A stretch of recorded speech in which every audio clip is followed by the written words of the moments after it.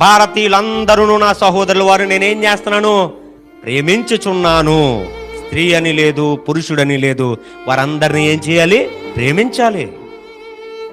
నీ అక్కకైతేనే నువ్వు సెక్యూరిటీ ఇస్తావా? నీ చెల్లికైతేనే నువ్వు సెక్యూరిటీ ఇస్తావా? మీ అమ్మకైతేనే నువ్వు సెక్యూరిటీ ఇస్తావా?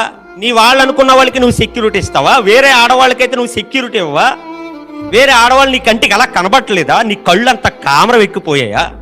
నీ పనికి మాలని ఆలోచన, నువ్వు చేసే చెడ్డ క్రియలన్నీ కూడా నీ బుద్ధి మారదా? నువ్వు అంత క్రూరుడువా, అంత క్రూర మృగానువా? నీ వాళ్ళే నీ వాళ్ళ, ఎదుటివారు నీ వారు కాదా? ఇటువంటి ఘోరమైనటువంటి ఆలోచనలు కలిగిన క్రూర మృగాలు దేశంలో మనతో పాటు ఏం చేస్తున్నాయో తెలుసా?